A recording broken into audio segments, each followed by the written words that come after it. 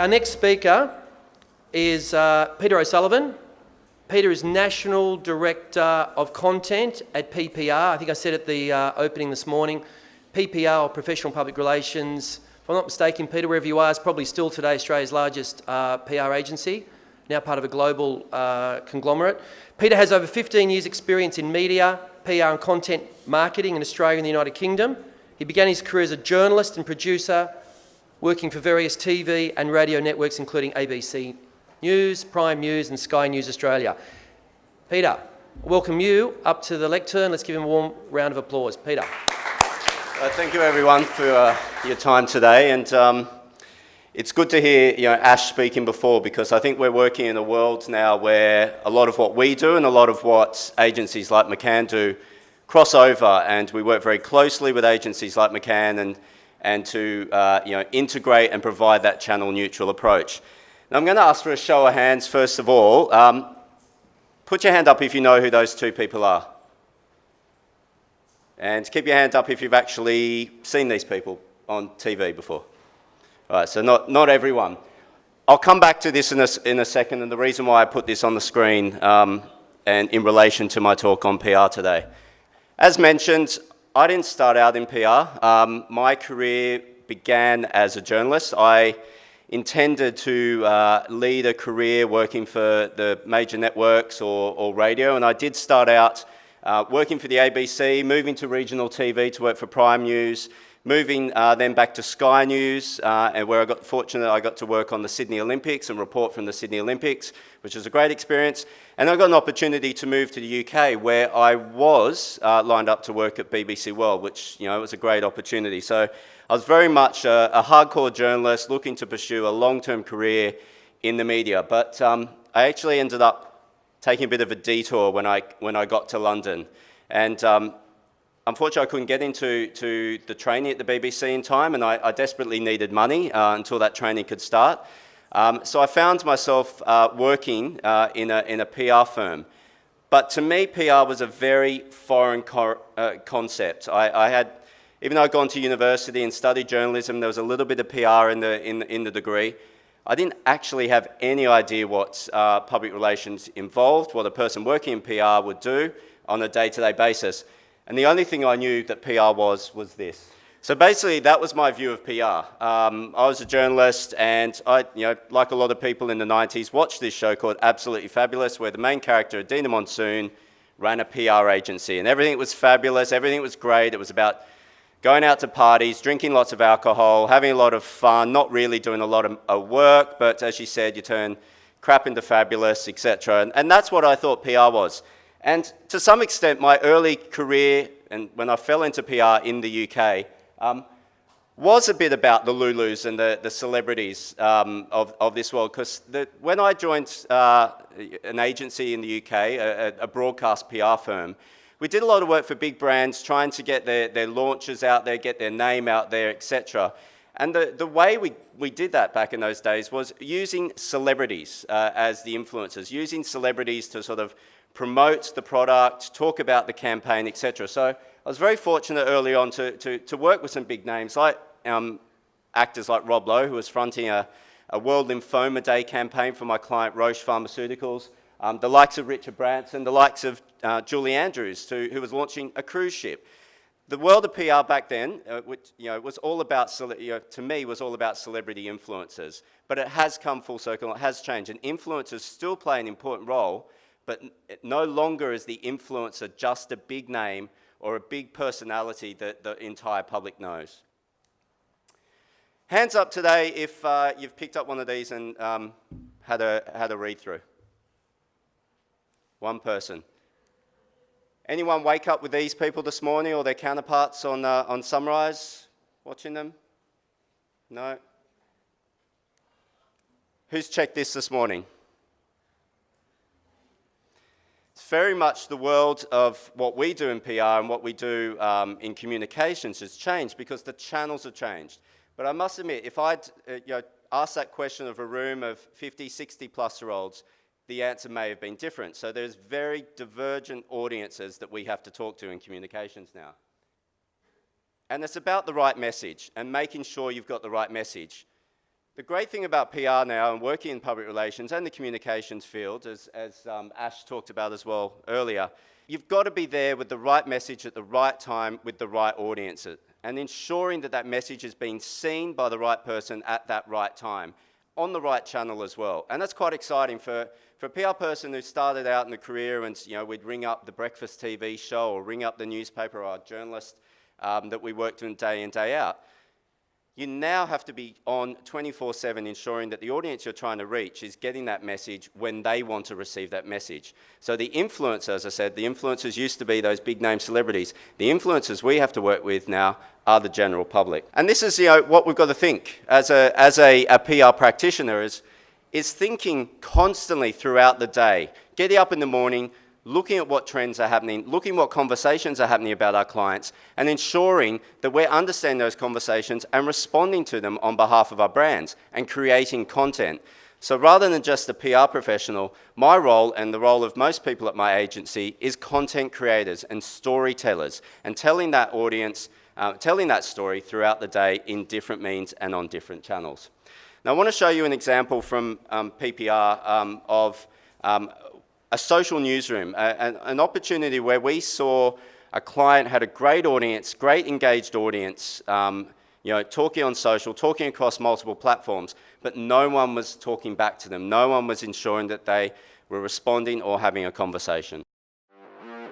PPR's social media newsroom, a live newsroom headquartered on-site by a dedicated team of social media conversation analysts, community managers, designers, journalists, media buyers, art directors and content producers. The aim? To listen to, engage, activate and reward fans. Each tweet, post, pic and video was captured, analysed, responded to and amplified in real time.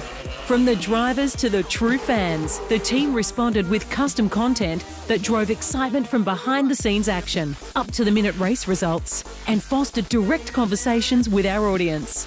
Our strategy was to create custom content to engage and amplify, maximising reach and engagement across Twitter, Facebook and Instagram. We drove record engagement and social reach with 2.5 million reach on Facebook, 723% increase in Twitter activity, 15,000 interactions on Twitter alone, 59% increase in Instagram followers at 0.01 cent cost per reach. For Clipsal 500, that accelerated social media results while giving back to the fans. PPR's social media newsroom put Clipsal 500 at the top of the social media podium.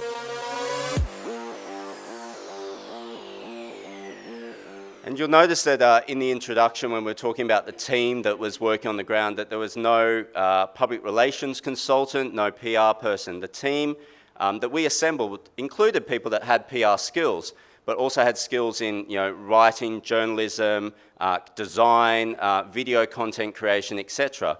So the roles and responsibilities on the campaign within the agency are very different to what they were a few years ago.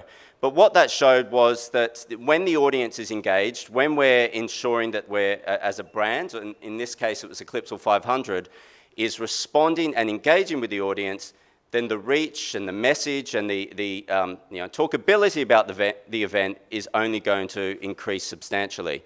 So what that shows is that we were able to put together a live newsroom, act almost like a publisher on the day, to ensure that the conversations were steered in the right direction, but also that people were getting answers to their questions throughout the day as well. Now I wanted to talk about two recent examples I've worked on at PPR, and we were fortunate at PPR to work on, you know, some really large brands, but very diverse brands. And the first example I'm going to talk about is in the B2B environment. And I heard earlier that, you know, a lot of B2B clients are not using social media to reach their audience.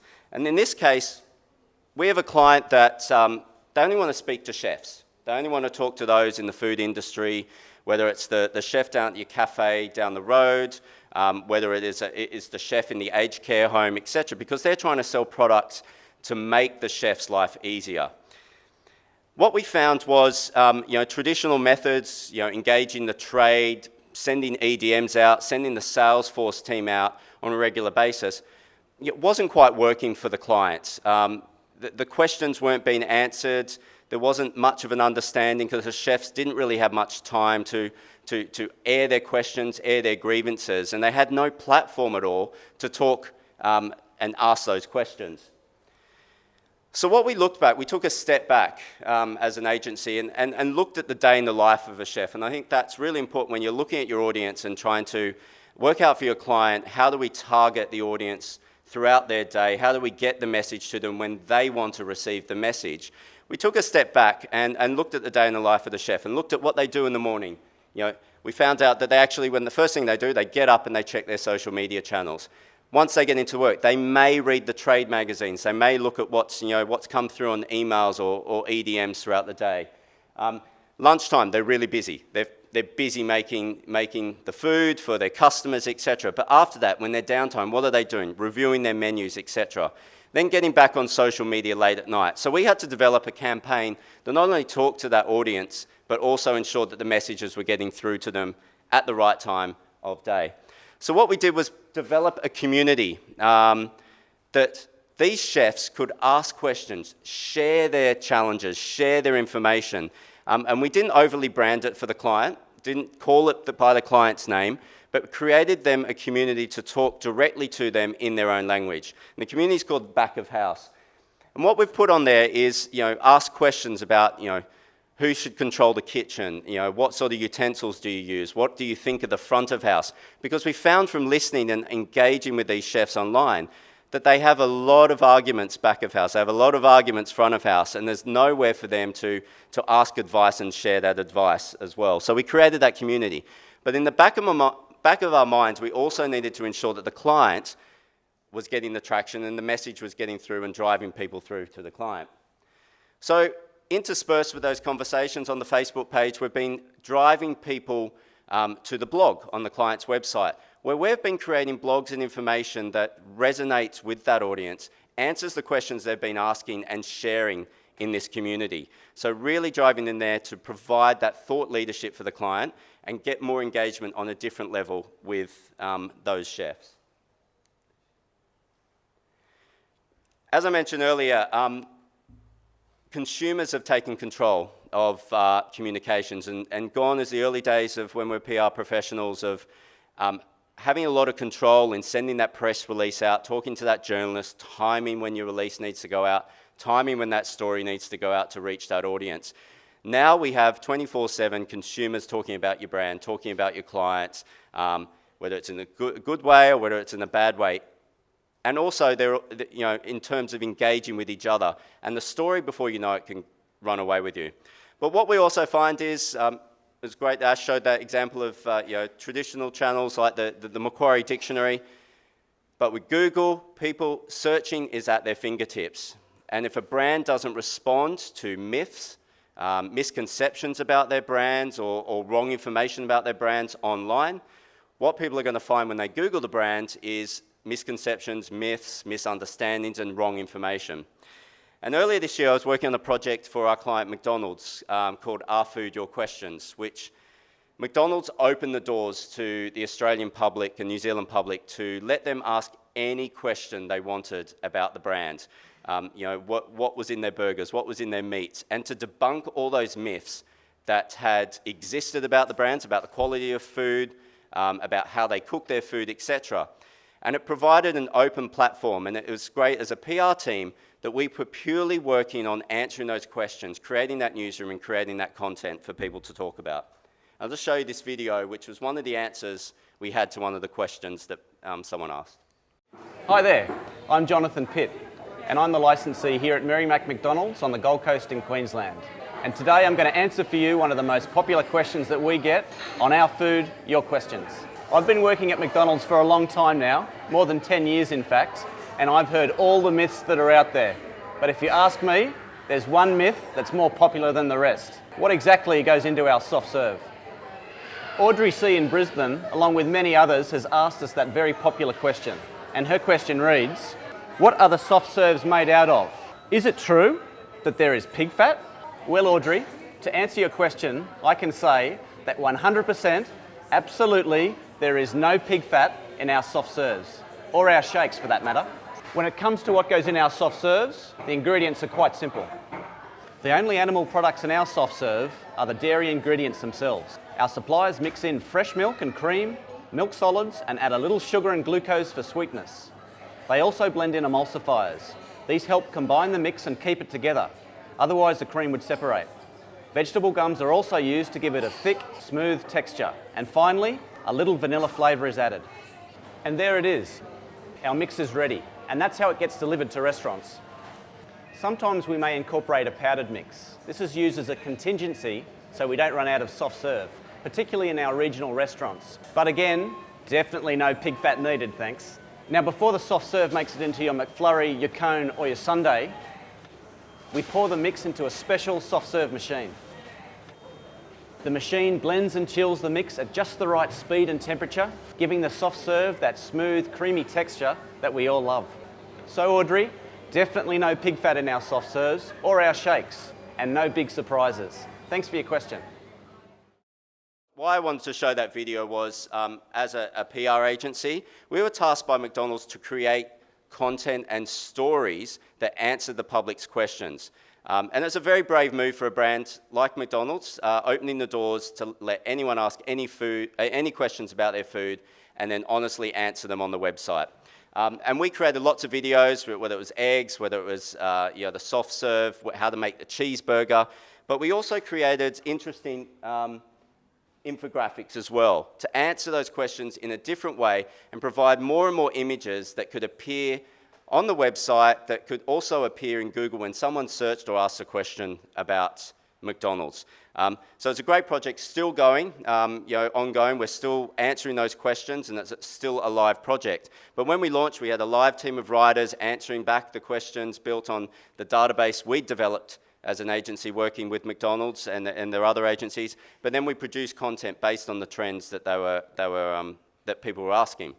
And what this shows is that brands and clients, particularly in the B2C space in particular, and to some extent B2B, have to be open to answering those questions and look to answer those questions and listening and understanding what people are asking about their brands and responding as such.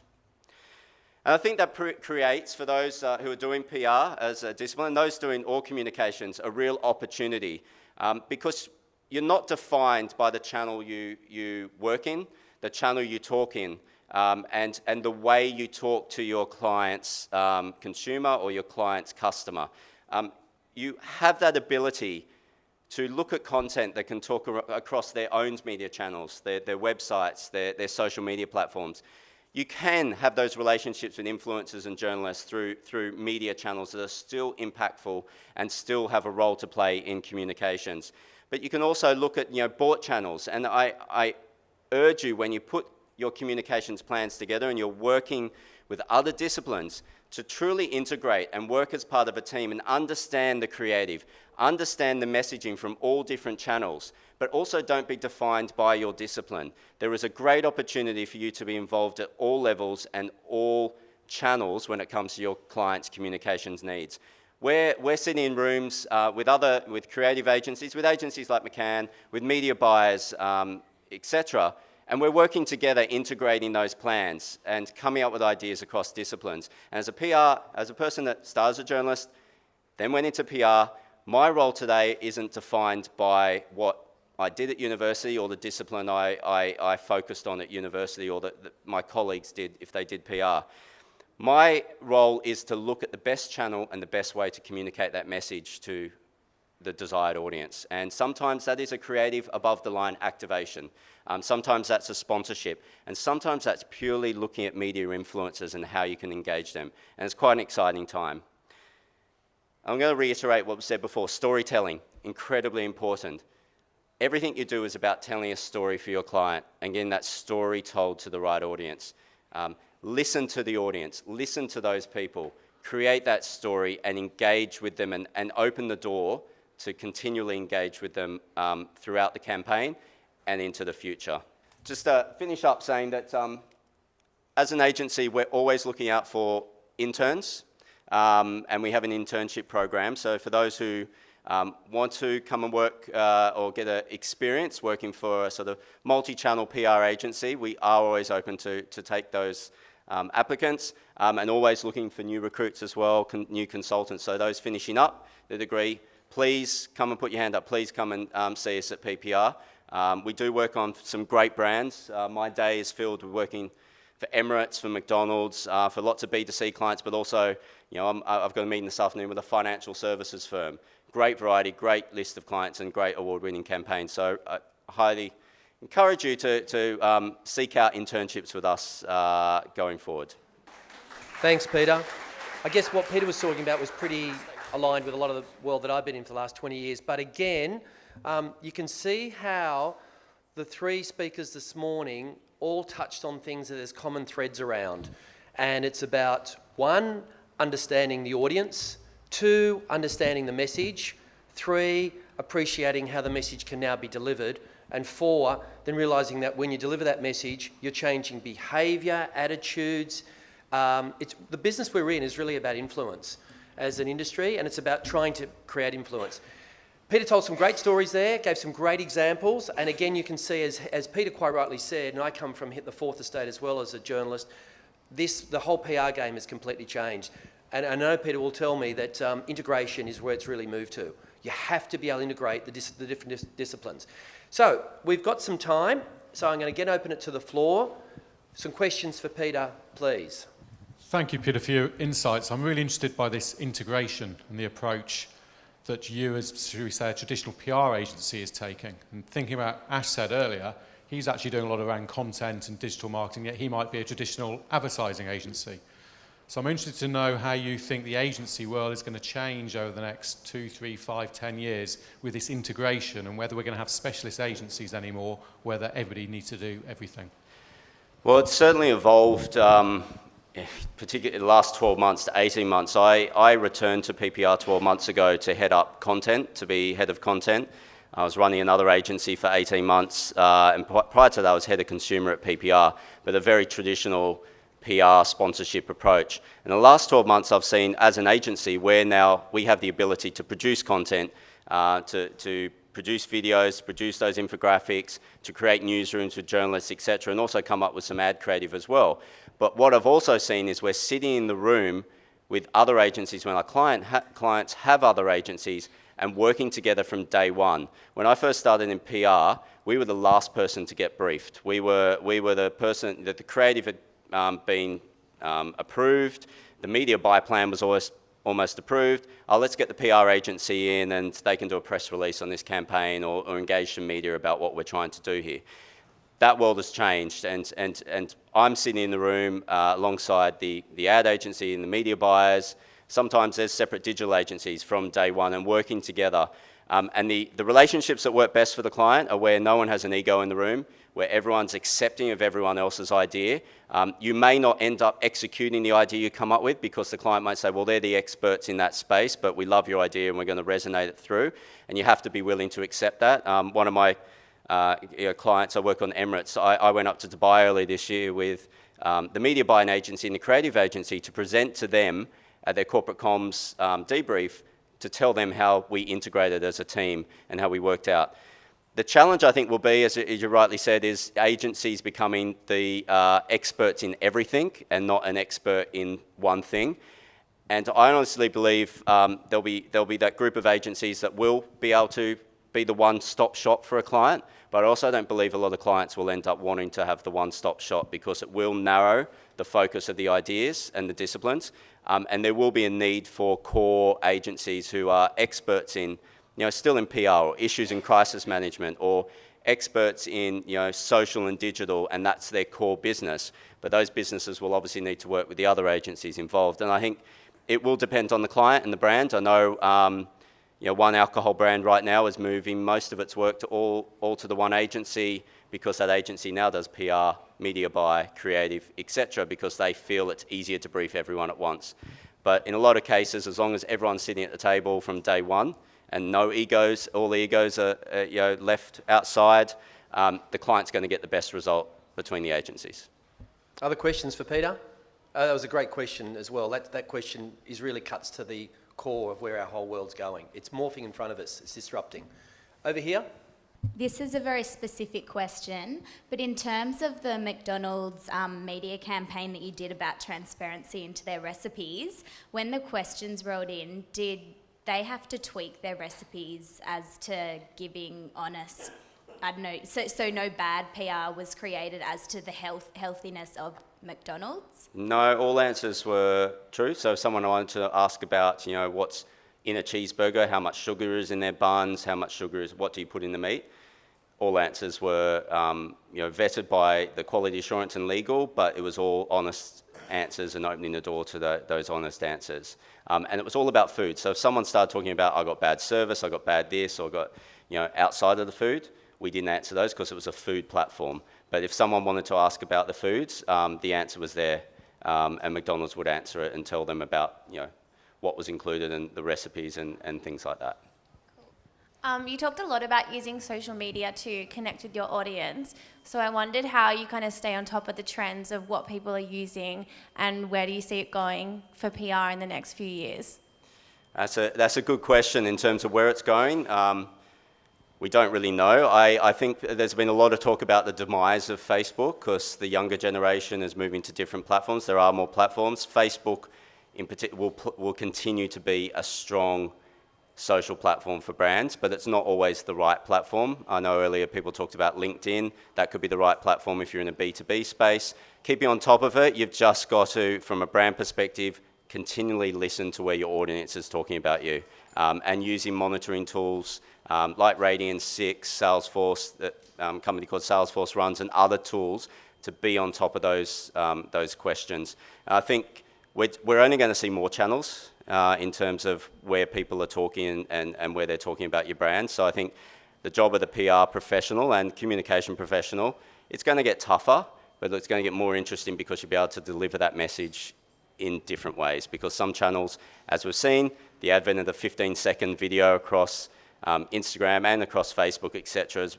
making video content incredibly important and more important in delivering that message to your audience. So we've seen that happen, skyrocket just in the last few months. So what's the next platform after that? I can't really tell you right now.